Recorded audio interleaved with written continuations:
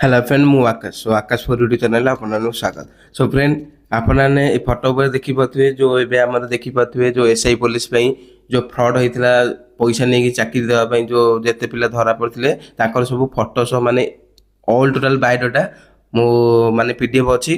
तो आपन को से टोटल मु देखौची जमर स्किप करिवेनी आपन डिस्ट्रिक्ट रे भी हेइतिबो तो निज निज एरिया रे पिला मानु को चिन्हतु मु ताकर ना सहित ताकर मोबाइल नंबर ताकर फादर नेम ताकर पीएस माने कोठी थाना कौन जाउची बुझिले ए सब कारण मु डिस्ट्रिक्ट कौन सबू एई वीडियो रे पाइजिबे। आपण माने वीडियो को स्किप करिवेनी चैनल रे नुआ थिले सब्सक्राइब टिए करनेबे सांग माने सहित शेयर मध्ये करनेबे। प्रथम रे अछंती निरुपमा मल्लिक तांग बापा का ना होची डाक मल्लिक सी हमर होउचंती गंजाम डिस्ट्रिक्ट रो गंजाम डिस्ट्रिक्ट रो आठ होची स्कूल साही है।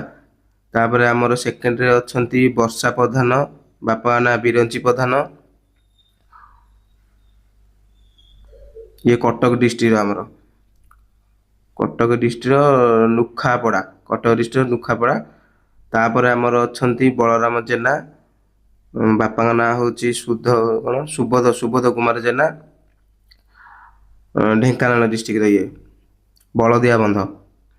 तापर अमित कुमार स्वाई बापा ना होची शत्रुघ्न स्वाई आकर होची गोटा भारतीपुर भारतीपुर सुल्तान नगर ये पिपिली डिस्ट्रिक्ट पुरी पुरी एपार लाइन रे। तापर अछंती प्रभात कुमार विश्वाल गोपीनाथ विश्वाल बापा का ना आठ कुही कुही बहाल कुही बहाल हमर ये सोनपुर सोनपुर डिस्ट्रिक्ट रो। भवानी शंकर शतपथी सन ऑफ सरस शतपथी ये ढेंकानाल आमर जे देखु आपणर काले डिस्ट्रिक्ट अनुसार किए भाई देथिबे तो 25 लक्ष बापा 25 लक्ष कोटी माने कोटी धन्य धन्य याकू धन्य आंक घर माने बापा मां को भी धन्य। समीर कुमार परिडा धीरेन्द्र परिडा बापा का ना आठ रंपेई खुंटुणी 75 40 29 परिडा रंपेई खुंटुणी मु थिली 8 लाइन रंपेई लाइन। सुनील कुमार नाहक रंकनाथ नाहक ये हूँ आमर खंडगिरी भुवनेश्वर जागमरार। विश्वजीत हरिचंदन रघुनाथ हरिचंदन बापा का ना जागमरा ये भी खंडगिरी भाई। शांतनु महापात्र प्रभाकर रणा निजीगढ़ बड़म्बा कटक ये टिग्रिया लाइन। विक्रम प्रधान बंशी प्रधान ये आमर होचंती तरसिंह डिस्ट्रिक्ट गंजाम।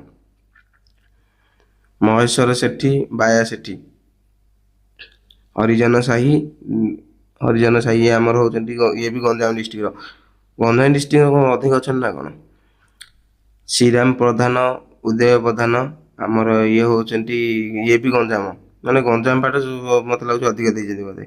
विष्णुचरण बेहेरा भरत चंद्र बेहेरा ये होचंती खोर्धा आम खोर्धा डिस्ट्रिक्ट चिन्ह खोर्धा डिस्ट्रिक्ट के यदि भाई जानी चिन्ह को थाना पाली Khordha PS police station Begunia जाउछि।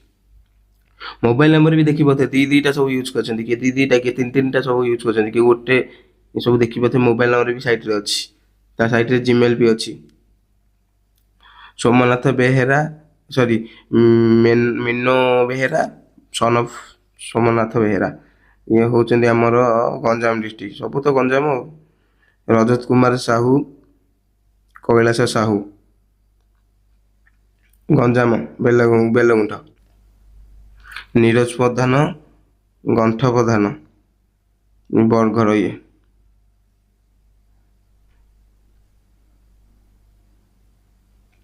आपन देखि पाथिबे एमिति केते पीडीएफ अछि बुझले कि 100 प्लस अछंती तो जहा अछि मु देखिलानी तो एते तो पढ़ी हबनी आपन को डाटा देखै देली तो आपन को जहा को दरकार पीडीएफ फाइल ता तो मते मेसेज करंतु मु आपन देई देबी टोटल देखि पारे पीडीएफ फाइल।